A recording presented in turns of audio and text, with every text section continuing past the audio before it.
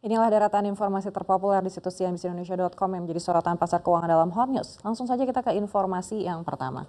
Perang dagang antara Amerika Serikat dan China telah berimbas pada stok daging Amerika Serikat di negeri tirai bambu. Sebuah restoran bergaya Amerika di Beijing, Home Plate BBQ terpaksa mencetak ulang menu lantaran bahan utama daging sapi dari Amerika Serikat sudah tidak lagi tersedia.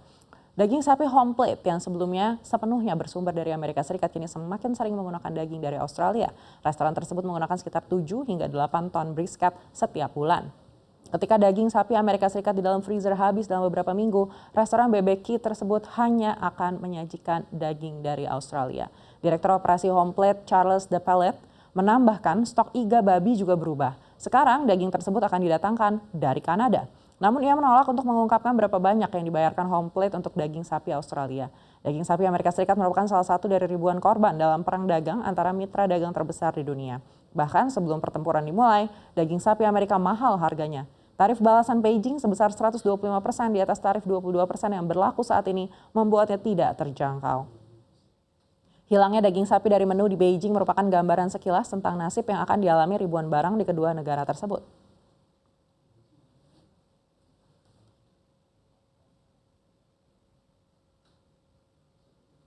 Kita ke informasi yang kedua. Para peneliti China telah berhasil menguji bom hidrogen non-nuklir yang menciptakan bola api berkelanjutan jauh mengungguli bahan peledak tradisional. Media South China Morning Post mengutip para peneliti yang diterbitkan bulan lalu dalam jurnal proyektil, roket, rudal, dan panduan berbahasa Mandarin. Menurut laporan itu, sebuah tim dari Institut Penelitian 705 milik China State Shipbuilding Corporation atau CSSC, pemain kunci dalam sistem senjata bawah air, mengembangkan bom seberat 2 kg yang sebagian besar terdiri dari magnesium hidrida dengan bahan peledak konvensional yang berfungsi sebagai katalis. Dalam uji lapangan, perangkat tersebut dilaporkan menghasilkan bola api dengan suhu melebihi 1000 derajat Celcius yang berlangsung selama lebih dari 2 detik. Dan berarti 15 kali lebih lama daripada yang dapat dihasilkan oleh ledakan TNT yang setara. Dengan demikian, daya rusak perangkat ledak baru tersebut dikatakan tidak terletak pada tekanan ledakannya, melainkan pada kemampuan untuk menghasilkan panas yang ekstrim. Jika dikembangkan sepenuhnya, metode tersebut mungkin dapat menghasilkan senjata yang mirip dengan perangkat termobarik. Ini merujuk senjata ideal untuk memusnahkan struktur pertahanan dan kendaraan lapis baja.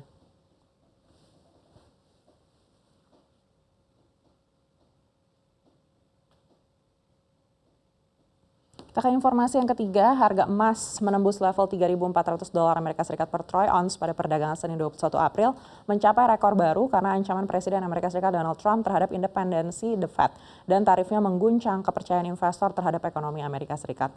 Melemahnya indeks dolar AS juga memicu kejayaan harga emas. Pada perdagangan Senin kemarin, indeks dolar Amerika Serikat merosot 1,1% di level 98,28 dan mencapai titik terendah dalam 3 tahun. Pembelian emas dikonversi dalam dolar Amerika Serikat sehingga pelemahan dolar memperkuat permintaan. Adapun harga emas dunia telah melonjak sekitar 30% sejak awal tahun dan sekitar 8% sejak Trump mengumumkan tarifnya yang luas pada tanggal 2 April.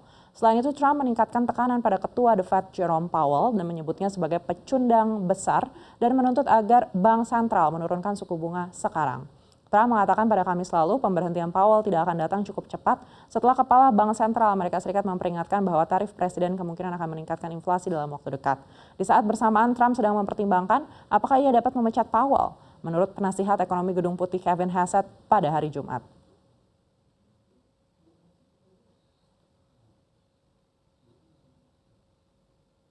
Kita ke informasi yang keempat, berita duka bagi warga dunia di mana Paus Fransiskus meninggal dunia di usia 88 tahun Senin 21 April 2025. Kematian Paus Amerika Latin pertama dalam sejarah Gereja Katolik Roma itu terjadi tak lama setelah serangan pneumonia ganda yang membuatnya dirawat di rumah sakit Gemelli Roma selama 5 minggu. Kematian Paus ke-266 ini memicu penghormatan dari seluruh dunia. Dalam ucapan terakhirnya bagi Paus, Presiden Afrika Selatan Cyril Ramaphosa memuji advokasi Paus untuk inklusi, kesetaraan, dan pengelolaan lingkungan. Menurutnya Paus adalah seorang pemimpin spiritual yang berusaha menyatukan umat manusia. Sementara Perdana Menteri Anthony Albanese mengatakan Fransiskus akan diratapi oleh warga Australia dari semua agama. Albanese pun menggambarkannya sebagai seorang pejuang yang setia dan ayah yang penyayang bagi umat Katolik, serta belas kasihnya telah merangkul seluruh umat manusia. Kanselir Austria Christian Stocker mengatakan kematian Paus merupakan kehilangan yang menyakitkan bagi Gereja Katolik dan bagi banyak orang di seluruh dunia. Komitmennya yang tak kenal lelah terhadap perdamaian, keadilan, dan toleransi tidak akan pernah terlupakan. Sementara Perdana Menteri Uni Emirat Arab Sheikh Mohammed bin Rashid Al Maktoum mengungkap kesedihannya lewat unggahan pesan di aplikasi X. Menurutnya warisan kerendahan hati serta pesan persatuan antar agama dari Paus akan terus menginspirasi banyak komunitas di seluruh dunia. Tidak ketinggalan, Presiden Prabowo Subianto juga mengunggah ucapan duka di media sosial. Prabowo memuji Paus Fransiskus karena punya komitmen besar terhadap perdamaian, kemanusiaan, dan persaudaraan.